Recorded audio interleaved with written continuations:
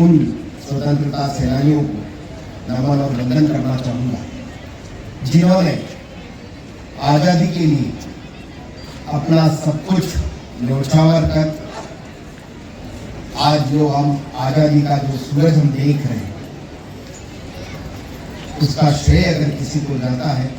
तो देश के स्वतंत्रता सेनानियों को जाता है। जिस प्रकार से विपरीत परिस्थितियों में उन्होंने जो संघर्ष किया वो निश्चित ही रूप से जितना उनको याद किया जाए उतना कम।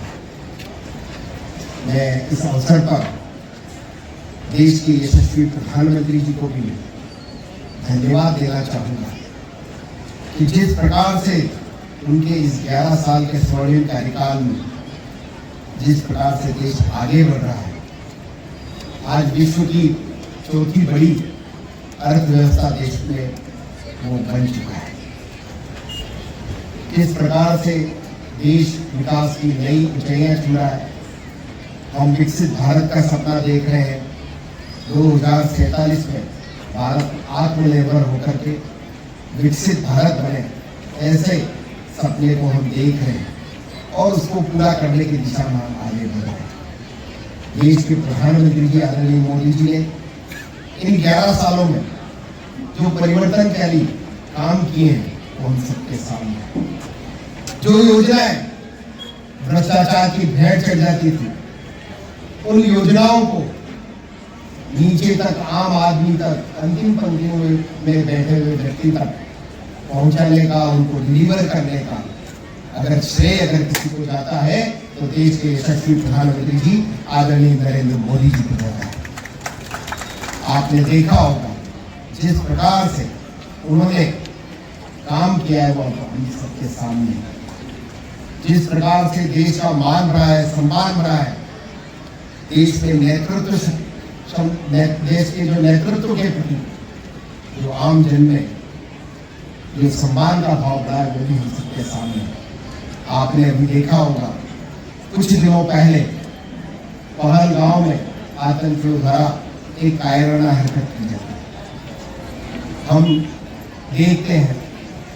कि जब से देश के प्रधानमंत्री देश का नेतृत्व संभाला है उन्होंने, आपने देखा होगा हमेशा से इन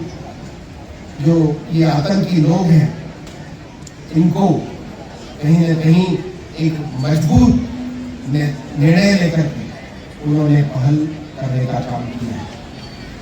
आदरणीय प्रधानमंत्री जी ने उस घटना के बाद जो उन्होंने बिहार में अपने उद्बोधन में कहा था कि हम इन आतंकवादियों को जमीन दोष करेंगे, देश की सेनाओं में प्रणाम करना चाहूंगी देश की सेनाओं को कि उन्होंने जिस प्रकार से दुश्मन देश में घुस करके उन आतंकवादियों को इस ऑपरेशन सिंदूर के माध्यम से जिस प्रकार से नेस्तानाबूद करने का काम किया है, जमींदोज करने का काम किया है, वो हम सबके सामने है। मेरा आप सबसे आगे बार देश की सेना के लिए, हमारे मजबूत नेतृत्व के लिए जोरदार तालियां बजा करके उनका सम्मान करें। मैं इस अवसर पर हमारे प्रदेश के यशस्वी मुख्यमंत्री जी को भी मैं धन्यवाद देना चाहूंगा कि जिस प्रकार से उन्होंने इस छोटे से 1.5 साल के टेन्योर में राजस्थान के विकास को जो नई ऊंचाइयां देने का काम उन्होंने किया है, किस प्रकार से उन्होंने दृढ़ इच्छा शक्ति रखते हुए, मजबूत नेतृत्व करते हुए और जिस प्रकार से वो दिन रात मेहनत करके राजस्थान में जिस प्रकार से काम वो कर रहे हैं हम सबके सामने है। आपने देखा होगा जो वर्षों से अटकी हुई थी परियोजनाएं, उन परियोजनाओं को स्वीकृत कराने का काम उन्होंने किया है। चाहे से वो ERCP की योजना हो, चाहे से यमुना जल समझौता हो, ऐसी अनेक योजनाएं उन 1.5 साल में स्वीकृत करके राजस्थान के निवासियों के लिए आने वाले लंबे समय के लिए पेयजल और सिंचाई के लिए उन्होंने सोच करके उन योजनाओं को स्वीकृत कराने का काम किया। शिक्षा के क्षेत्र में भी उन्होंने जिस प्रकार से काम किए हैं वो हम सबके सामने है। सड़कों के क्षेत्र में भी हम देखते हैं अनेक नए आयाम उन्होंने स्थापित किए हैं। सबसे महत्वपूर्ण काम जो उन्होंने इस 1.5 वर्ष में किया है वो हम सबके सामने है। जिस प्रकार से युवा जो है, हम देखते थे कि पेपर लीक माफियाओं से परेशान थे, उन पेपर लीक माफियाओं पर शिकंजा कसने का काम आदरणीय भजनलाल जी के नेतृत्व में हमारी सरकार ने किया है। किस प्रकार से इन पेपर लीक माफियाओं पे उनकी कमर तोड़ने के साथ साथ, जो मैंने ऐसा सुना है कि पोस्ट पे लगने के बाद सजा नहीं होती, लेकिन यहाँ तो थानेदार जो बंद करके बैठे थे उनको भी जेल में बंद करने का काम आदरणीय भजनलाल जी के नेतृत्व में हमारी सरकार ने किया है। मैं निश्चित रूप से आदरणीय मुख्यमंत्री जी को धन्यवाद देना चाहूंगा कि केवल उन्होंने पेपर लीक माफियाओं पे ही शिकंजा कसने का काम नहीं किया, वरन कैसे हमारे राजस्थान के युवा जो है, जो बेरोजगारी से की समस्या से त्रस्त थे, उनको नए रोजगार सृजन करने का काम उन्होंने किया है। राइजिंग राजस्थान के माध्यम से नए निवेश ला करके आपने देखा होगा 35 लाख करोड़ के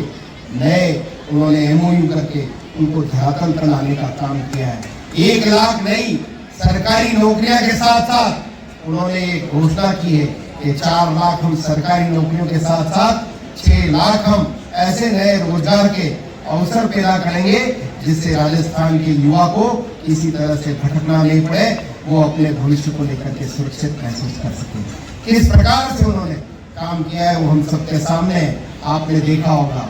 अभी सावन का महीना चल रहा था, जिस प्रकार से उन्होंने जो एक हरियाणा और राजस्थान अभियान हाथ में लिया, 10 करोड़ पौधे लगाने का जो लक्ष्य उन्होंने हाथ में लिया, जिस प्रकार से काम पूरे राजस्थान में हुआ। पिछले साल भी 7 करोड़ का लक्ष्य दिया था और उसके अगेंस्ट में 8 करोड़ से ऊपर पौधे लगाने का काम पूरे राजस्थान के जनता की सहयोग से आयोजन पूरा हुआ था। और इस वर्ष 10 करोड़ नए पौधे लगाने का लक्ष्य हमारी सरकार ने दिया है। और निश्चित रूप से हमारे देश के प्रधानमंत्री जी की जो भावना है, एक पेड़ माँ के नाम, और उसी के साथ साथ हमारे मुख्यमंत्री जी ने इस हरियाणा और राजस्थान के माध्यम से जिस प्रकार से पूरे राजस्थान में इस अभियान को गति देने का काम किया, और जिस उत्साह से जनता ने भी और कार्यकर्ताओं ने भी जिस प्रकार से बढ़ चढ़ करके भाग लिया है, मैं आप सबसे भी यही आग्रह करूंगा कि हम सब इस अभियान में सहभागी बन करके हमारे ये जो पर्यावरण जो हमारी एसेट है, इसको कैसे हम बचाए रख सकते हैं, संरक्षित रख सकते हैं, कैसे हम इसको और आगे डेवलप करके जो हमारे वन है उनके क्षेत्र को कैसे हम बढ़ा सकते हैं, इसकी चिंता हम करें। मैं और ज़्यादा नहीं कहता हुआ, मैं निश्चित रूप से हमारे मुख्यमंत्री जी ने हमारे सहकारिता विभाग, जिस विभाग का दायित्व मुझे मिला है, उस सहकारिता विभाग के माध्यम से भी अनेक योजनाएं देने का काम उन्होंने किया है। आपने देखा होगा देश के प्रधानमंत्री जी आदरणीय नरेंद्र मोदी जी ने जिस प्रकार से देश आजाद होने के बाद हमने नारे तो बहुत देखे किसानों के लिए, कि नारे बहुत देखे, धरने बहुत देखे, लेकिन किसानों को कभी कोई सीधा लाभ मिले, किसानों को सम्मान मिले, ऐसा कोई काम हमने नहीं देखा। देश में पहली बार प्रधानमंत्री जी ने 2019 में उन्होंने किसानों को सीधा इस जनधन के माध्यम से उन्होंने देश के 9 करोड़ किसानों को सीधा 6,000 रुपए किसान सम्मान निधि देने का काम किया। हमारे मुख्यमंत्री जी आदरणीय भजनलाल जी शर्मा साहब ने भी उन्हीं के पद चिन्हों पे चलते हुए राजस्थान में भी उन्होंने कहा कि देश के प्रधानमंत्री जी जो है वो किसानों के सम्मान के लिए अगर चिंता कर सकते हैं, तो हम भी राजस्थान के 75 लाख किसान हैं, उनके लिए हम अपनी ओर से, आपने देखा होगा मुख्यमंत्री सम्मान निधि के माध्यम से भी उन्होंने 6,000 देने की घोषणा की है, और 3,000 उन्होंने देने का काम भी इस बजट में उन्होंने स्वीकृत भी कर दी है। सीधे आप राजस्थान के 75 लाख किसानों को 9,000 की राशि मिलने लग गई है, और इसके साथ साथ भविष्य में उनको भी देश पूरे राजस्थान में 12,000 किसान सम्मान निधि मिलेगी। किसानों को केवल सम्मान निधि ही नहीं, वो अपनी आय कैसे बढ़ा सके इसकी चिंता भी उन्होंने की है। वो कैसे राजस्थान का किसान जो है वो कृषि के साथ साथ पशुधन के साथ कृषि करके और पशुधन से भी वो कैसे अपनी आय बढ़ा सके, इसके लिए हमारे मुख्यमंत्री जी ने गोपाल क्रेडिट कार्ड योजना प्रारंभ की है। इसमें बिना ब्याज के 1 लाख रुपए तक का ऋण देने का काम हमारी सरकार कर रही है। मैं निश्चित रूप से हमारे मुख्यमंत्री जी ने जिस प्रकार से काम किया है, जिस प्रकार से योजनाएं ला करके जो उन्होंने राजस्थान की जनता को जो जिस प्रकार से योजनाएं देकर के राजस्थान को आगे बढ़ाने वो लगातार प्रयासरत है। मैं उनको धन्यवाद देते हुए चित्तौड़ जिले के लिए भी उन्होंने जिस प्रकार से सौगात दी वो भी हम सबके सामने। वर्षों से हम जिस निम्बाड़ा से मंगलवार रोड की चर्चा करते थे कि ये बहुत खराब है, उसके लिए भी उन्होंने पहले ही साल में अपने बजट में वो स्वीकृति देते हैं। हमारे जो कपासन से ये जो कपासन चौराहे से जो ये पुलिया है बाईपास पर, उसको भी स्वीकृत करने का काम उन्होंने किया है। पूरे जिले में शिक्षा के क्षेत्र में देखते हैं तो नए महाविद्यालय खोलने का काम उन्होंने किया है। हमारा जो चित्तौड़ का जो दुर्ग है उस पर भी विभिन्न योजनाओं की घोषणा करके कैसे हमारे यहाँ का पर्यटन बढ़े, हमारे यहाँ का जो ऐतिहासिक हमारी जो धरोहर है उससे कैसे हम प्रेरणा ले सकें, उसके लिए भी उन्होंने घोषणा की। मैं इस अवसर पर और ज्यादा नहीं कहता हुआ मैं आप सभी से आग्रह करूंगा कि हम सब उन स्वतंत्रता सेनानियों को पुनः स्मरण करते हुए कैसे हम अपने भारत को विकसित भारत का जो सपना हमारे देश के प्रधानमंत्री जी ने दिया है उस सपने को हम पूरा कर सकें, इसके लिए हम सब मिलकर के एक संकल्प लें। मेरा आप सबसे आग्रह रहेगा हम सब इसको स्मरण करते हुए आगे बढ़े। आइए हम सब नए और विकसित भारत के निर्माण के संकल्प के साथ साथ स्वतंत्रता के इस महान पर्व पर अपनी देशभक्ति का परिचय देते हुए मेरे साथ आप सभी एक स्वर में बोले।